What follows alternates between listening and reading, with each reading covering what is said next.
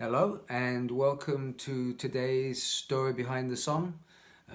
Today's song is Tower of Strength, one of Skin's biggest songs. I think it was our fourth single. It got into the top 20, which meant we were invited to play on Top of the Pops, which was a big deal back then. So when I look back on my career, that was a definite high point. Within the band now, I'd kind of taken on the role of songwriter, and I was no longer kind of writing with anyone. I was just writing songs by myself at that stage, and I was very heavily influenced at that time by Motown. As a writer, I've always listened to different styles of music, but at that period of time of writing, I was listening to Motown all the time, whether it be Jackson's, Marvin Gaye, Tammy Terrell, you name it, Stevie Wonder. I was just consuming all of it, and it very much broadened my horizons of writing. And so, the way this song was written, in my head, it was kind of a mixture between Motown and The Who, which is one of my all-time favorite bands. But like the initial idea came from a bass line, which was simple again, just like,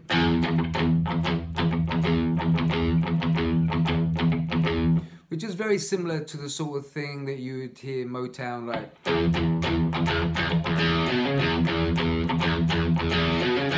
You Can't Hurry Love kind of vibe.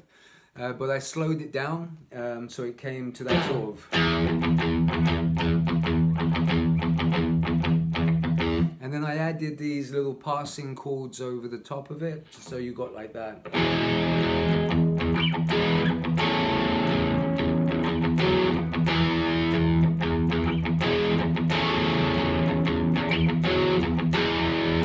And so once that sort of foundation was created, in my head I was kind of thinking, well, what would Marvin Gaye sing here?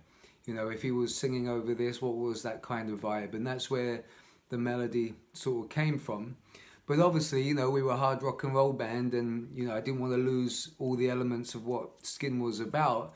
And I'd always had a deep desire to be Pete Townsend. And so to kind of be able to put those big power chords in as well.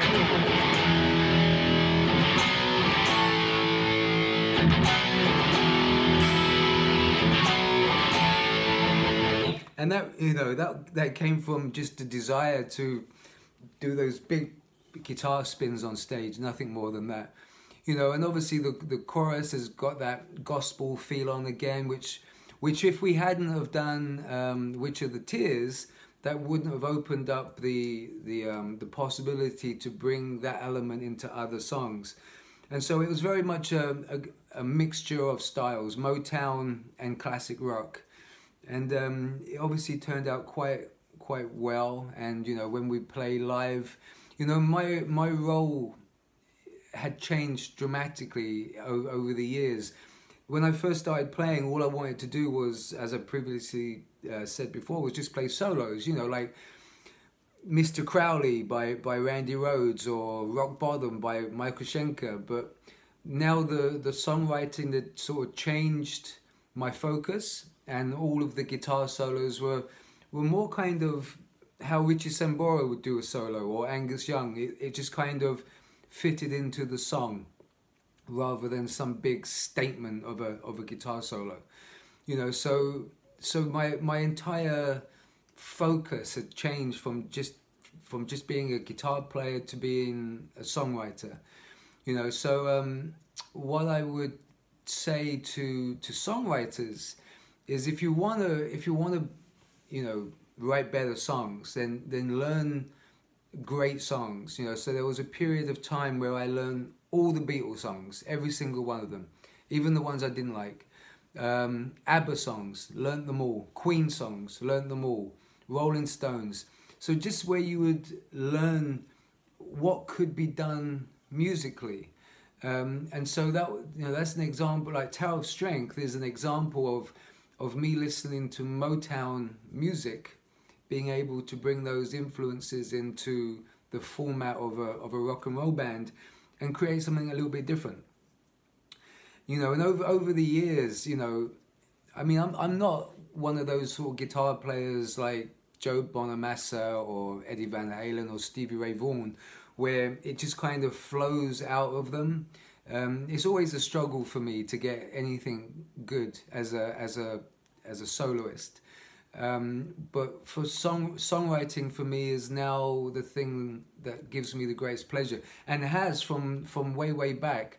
So whenever I'm playing a solo on stage, my mindset tends to be, please don't fuck this up. But the most happiness I get is hearing an audience sing my song back to me. You know, and Tower of Strength was one of those songs where we allowed the audience to sing the song, and you know, it's the greatest feeling for me. You know, to share that energy is like nothing else on earth for me. It gives me the greatest pleasure. Now, in regards to this song, if there was one other thing I should sort of add to this, was it was our fourth single, but it also, the video of it was filmed at Download. And we'd been invited to play at Download. And once again, that all happened because of who you know in the music industry. We were managed by Rod Smallwood, who had a good relationship with MCP, and a guy called Stuart Galbraith was the person who said that we could play at Download that year. It was, I think it was Monsters of Rock then, actually. And it was the first time they had two stages. And so we were asked to play on the smaller stage, along with TerrorVision and the Wild Hearts. And something I'll never forget, it's just a moment that is forever ingrained in my memory, is like we'd gone on stage, and when we went on stage, I mean, obviously there was thousands of people there, but over the course of the first song, you saw people leaving, or from watching the main stage, to them coming over the hill and coming to watch the smaller stage, which we were playing on. And it was like a scene from Braveheart. You know, we were playing on stage and we just saw thousands and thousands of people coming over this hill and coming towards the stage. And the sense of euphoria that was created by this energy is like nothing I've ever experienced. Only ever at Monsters of Rock or Download. You know, there's something truly special about that place. And the fact that we managed to capture on the video is something I'm kind of eternally grateful for. And a memory that kind of lives on, you know, forever. You know, it's what it's all about. You know, all those days, hours, weeks, months, years of practicing, and all the drama and shit that you have to go through just to be able to get a band together and then get a deal, write songs, and all of that paraphernalia that goes with it. To that, for those moments, it really makes it all worthwhile. So it's a much shorter story behind the song, but hopefully it was enjoyable, and you know, this little exchange of knowledge and information is just to help songwriters. Really, just always keep your horizons open when it comes to the craft and art of songwriting, because you can get influences from the strangest of places and you can incorporate it into a song and turn it into something brand new.